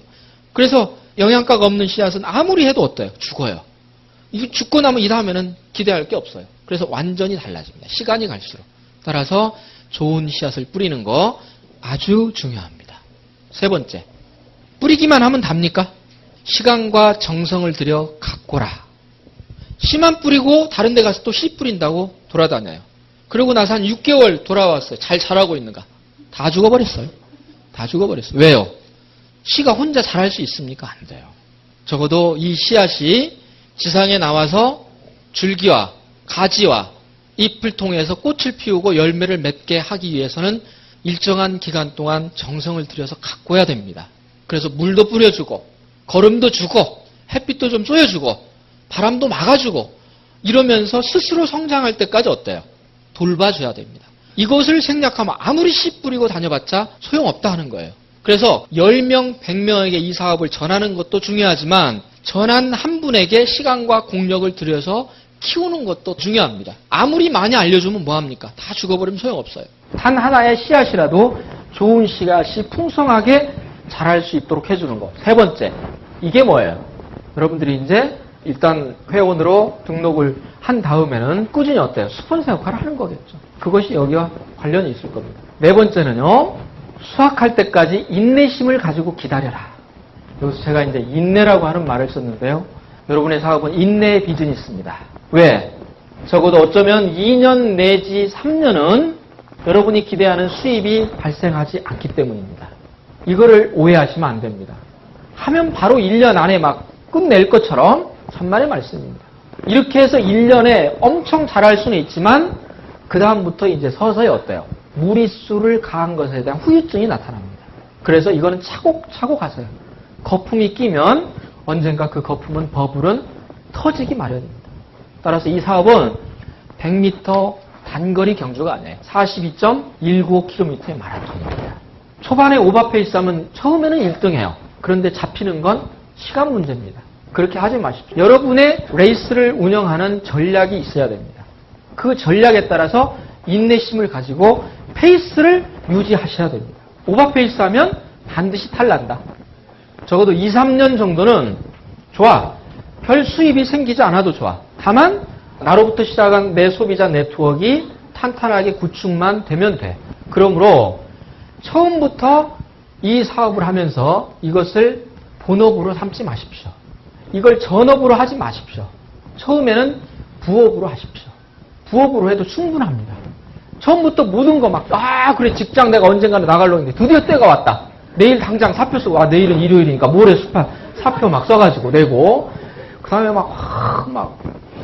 정말 표정을 보면 너무 좋은 표정으로 가슴이 쿵쾅쿵쾅 뛰면서 왔어요. 오늘부터 뭔가를 하겠습니다. 그런데 그게요, 여러분이 그렇게 의욕대로 안 되는 거예요. 그래서 사표 쓰지 마세요, 아직. 하는 일 그대로 하십시오. 하나도 다른 거 바꾸지 마십시오. 다만 뭐만 바꿔요? 소비 습관만 바꾸세요. 그러면서 차근차근 준비하고 때가 되면 알리기 시작하는 겁니다. 따라서 그럴 수 있는 2, 3년의 여유를 여러분들이 가질 수 있느냐? 나는 그렇게 못하겠다. 하지 마십시오. 그렇게 하는 거 아닙니다. 그런데 그런 다음에 할 수 있겠다. 내가 2, 3년 어떻게 살아도 사는데 지금처럼 사느나 그렇게 좀 바꿔서 사나 똑같이 2, 3년 간다면 이번에는 한번 바꿔보고 싶다.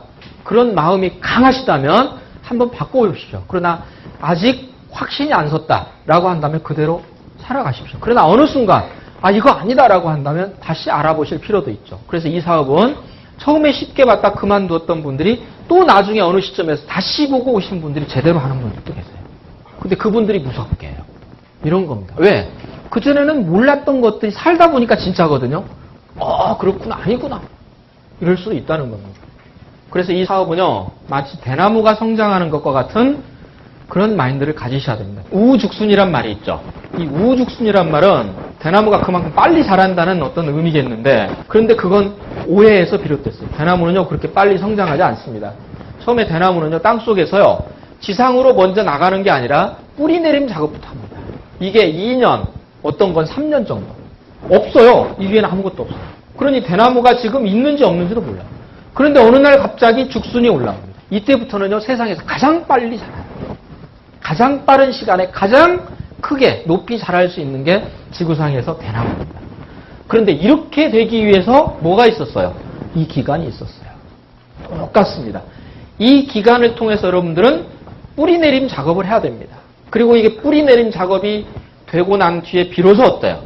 여러분의 네트워크에 진가가 발휘되기 시작하면 이때부터는 네트워크 특유의 기하급수적인 성장이 나올 수 있다는 거예요.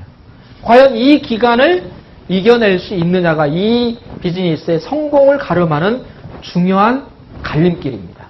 대부분이 여기서 포기하죠. 결국 이걸 이겨낼 수 있는 분들은 뭐예요? 신념을 가진 분들의 무엇을? 사명과 비전을 분명히 가진 분들은 이겨냅니다. 왜?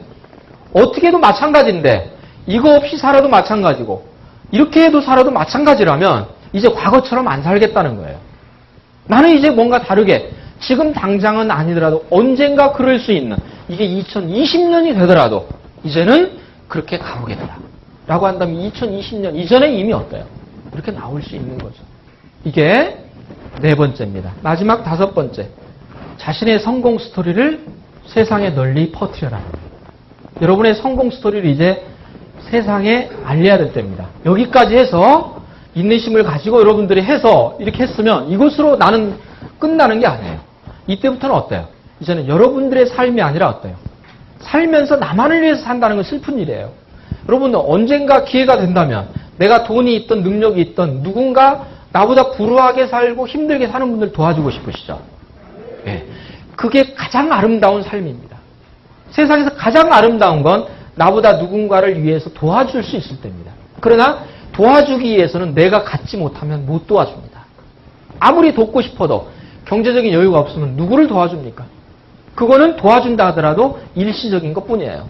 정말 여러분들이 우리 주변에 있는 정말 힘든 분들 도와주고 싶으면 어떻게 해라? 내가 먼저 가져야 돼요. 갖고 난 다음에 도와주십시오. 그게 물질적이건 정신적인 것이 됐든. 따라서 그 모든 것들이 어디에 담겨 있어야 돼요? 사명서에 이미 담겨 있어야 돼요. 4번까지 해냈어요. 그 다음에 5번은요. 이미 여러분의 삶은 어떤 거예요? 축복을 받는 삶이 돼요. 누군가를 도와주고 박수받고 존경받을 수 있는 그 삶이 기다립니다. 그리고 여러분을 닮고 싶어요. 이제 누군가가. 박지성 선수가 축구 선수로 그렇게 하니까 어때요? 지금 우리나라 그 청소년들 축구하는 거 보세요. 이제 뭐 웬만하면 16강 통과하고 8강 통과하고 난리가 났죠? 세계가 아니 한국이 왜 저래? 그러는 거예요 지금. 이게 뭐예요? 이게 박지성의 꿈이에요. 김연아 선수가 저렇게 하니까 어때요 지금? 피겨스케이팅 지금 어린 꿈나무들이요. 김연아를 닮기 위해서 구체적인 모델이 있어요. 한국의 네트워크 마케팅도 이제 프로시몬 마케팅에서도 그런 성공자들이 나와야 됩니다. 그리고 그런 성공자들을 닮기 위해서 더 많은 사람들이 더 열심히 해야 됩니다. 그래서 나도 내가 그동안 가진 것 없는데도 성공할 수 있구나 라고 하는 그 성공 스토리의 신화의 주인공들이 돼야 됩니다. 그것이 다섯 번째. 늘 생각하면서 내가 언젠가 신화의 주인공이 되겠다. 나를 닮고자 하는 그 많은 분들에게 내 메시지를 전해야 되겠다. 이제부터 내 미래는 그러한 미래가 나를 기다리고 있다. 이런 생각을 가지시고 날마다 살아가십시오. 왜 제가 그런 말씀을 드리냐면 이 미래라고 하는 시간은요. 흔히 미래는 아직 안 왔다고 하는데요. 아니에요. 미래는 이미 와 있어요. 여러분 10년 전에 2000년이었죠. 2000년 때 누구나 그런 생각했을 거예요. 새천년이 왔다고 난리였죠. 그러면서 나도 이제 이 새천년 새로 시작되는 천년에는 옛날처럼 살지 않겠다. 뭔가 이때는 막 포부들이 대단했어요. 그리고 10년이 지났어요. 가만히 보면 어때요? 이 10년 사이에. 그때나 지금이나 똑같아요. 벌써 10년이 지났어요. 이야, 정말 순식간에. 정말 2000년 그때 그 팡파레 울렸을 때가 엊그제 같은데 그 사이 이렇게 뭔가 바쁘게는 살았는데 그렇게 바쁘게 살아서 지금 나는 얼마나 10년 전과 달라졌던가 생각해보면 그것도 아니거든요. 왜 그럴까요? 생각은 했는데 이거를 행동하고 실천에 옮길 수 있는 구체적인 툴이 없었어요. 그러니 어때요? 그 모습 그대로 살아왔어요. 10년이 지났는데도 어때요? 옛날 그대로 그 생각 가지고 그렇게 행동하고 살아오니까 10년이 지나도 그 모습 그대로예요. 따라서 현재는 뭐예요? 오늘 결정된 게 아니에요. 현재는 이미 과거 속에 다 들어있었어요. 과거에 여러분들이 살고 행동하고 생각했던 그 모든 것이 오늘의 결과로 나타난 거예요. 누구도 숨길 수가 없어요. 그렇다면 오늘 지금 여러분들이 생각하고 행동하는 이 모든 것들이 뭐가 됩니까? 미래가 되는 겁니다. 앞으로 10년 후의 미래는 오늘 내가 어떻게 생각하고 행동하느냐가 미래를 결정합니다. 그래서 미래는 아직 오지 않은 시간이 아닙니다. 미래는 이미 와 있습니다. 곧 현재가 미래인 겁니다. 따라서 오늘을 어제처럼 산다면 내일은 보나마나 어제와 달라지는 게 없습니다. 왜? 어제 산 결과가 오늘이고 오늘 사는 결과가 내일이기 때문입니다. 내일을 바꾸고 싶다면 내일을 바꿀 수 있는 유일한 시간은 오늘밖에 없습니다. 오늘 어제와 달라지지 않는다면 미래는 보나마나입니다. 앞으로 10년 후에 우리는 2020년을 맞이할 겁니다. 지금 이 모습 이대로 과거에 살던 그 모습 그대로 간다면 보나마나 2020년은 그대로입니다. 그래서 아이고 10년만 젊었더라면 내가 2000년으로 다시 갈 수만 있다면 이렇게 말하는 분들은 유감스럽게도 10년 후에 또 그 이야기를 할 겁니다. 아이고 10년만 젊었더라면 2010년으로만 갈 수 있었더라면. 그러나 그렇게 할 수 있는 분은 아무도 없습니다. 차라리 그럴 바에는 2020년의 미래를 미리 가져다 놓으십시오. 2020년에 나는 이런 사람이다. 그리고 그 사람처럼 오늘부터 살아가세요. 그러면 정말 그 사람이 돼 있습니다. 왜? 오늘이 바로 미래니까요.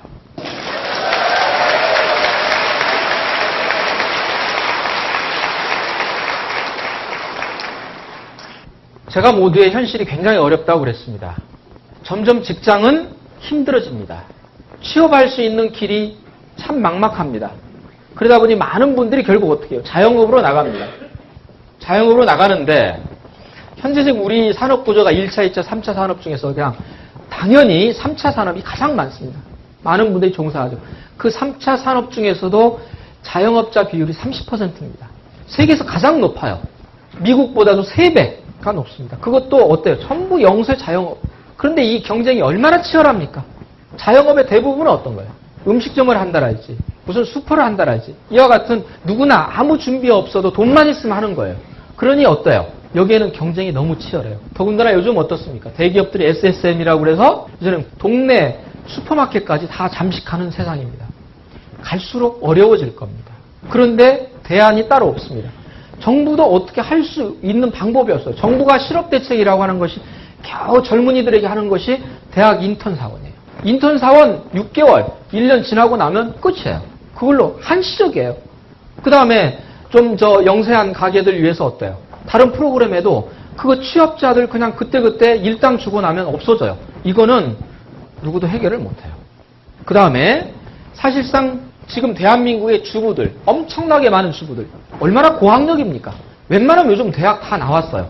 그런데 이 주부들이 결국은 가정에서 가게만 꾸려나갑니다. 이들이 경제활동의 무대에 나올 수 있다면 한국의 경제활동 참가율, 그 다음에 취업률은 지금보다 훨씬 좋아질 겁니다.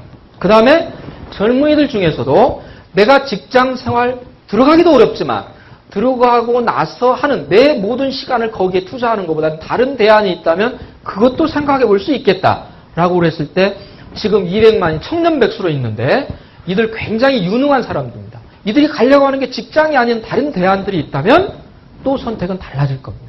그래서 만일의 경우 이것이 그들에게 정보가 되고 새롭게 경제활동을 할 수 있는 기회가 된다면 한국 경제를 위해서도 대단히 바람직한 겁니다. 이제 부의 재분배가 이루어져야 됩니다. 지금까지 재벌이 부를 집중해 갔습니다. 앞으로도 더 그럴 겁니다. 언제까지 이걸 방치할 겁니까? 한국의 소득 분배는 갈수록 악화되고 있습니다. 왜 그렇습니까? 부가 집중되니까 그래요. 정부가 이거를 인위적으로 말려받지 안 됩니다. 결국은 누가 해야 돼요? 국민 모두가 개인이 해야 됩니다. 방법이 없어요. 그 방법은 어떤 거예요? 나 스스로가 부의 시스템을 만드는 주인공으로 거듭나면 가능한 겁니다. 그러면 과거에 유통에서 가져갔던 모든 것들이 어디로 가요? 이제는 분배가 될 수 있습니다. 그리고 어때요? 소수의 몇 명의 엄청난 부를 축적하는 게 아니라 어때요? 이 부가 하나가 10개로, 100개로 나눠질 수 있다면 대중자본주의의 전성시대가 열릴 수 있는 그런 절호의 기회가 지금 우리 앞에 다가와 있습니다. 그러나 이것은 어디까지나 하나의 정보입니다. 그리고 이거는 누군가에게, 이 자리에 계신 여러분 중에 누군가에게는 정보일 수도 있지만 누군가에게는 그냥 스쳐 지나가는 이야기가 될 수도 있습니다. 이제 선택은 여러분의 몫입니다. 여러분들은 이 시간 이후부터 누군가는 이 사업에 관심을 가지실 수도 있고 다시 일상으로 돌아갈 수도 있습니다. 그러나 5년 후, 10년 후 우리의 미래는 지금은 똑같은 위치더라도 그때는 달라져 있을 겁니다. 어떤 선택이 됐든 가장 좋은 선택, 가장 현명한 선택, 여러분의 미래가 과거와 현재보다는 더 나을 수 있는 선택이 될 수 있도록 최선을 다하십시오. 그리고 제가 오늘 여러분과 함께한 이 시간 부디 여러분에게 좋은 시간이 됐기를 바람하지 않으면서 오늘 제 말씀 모두 마치겠습니다.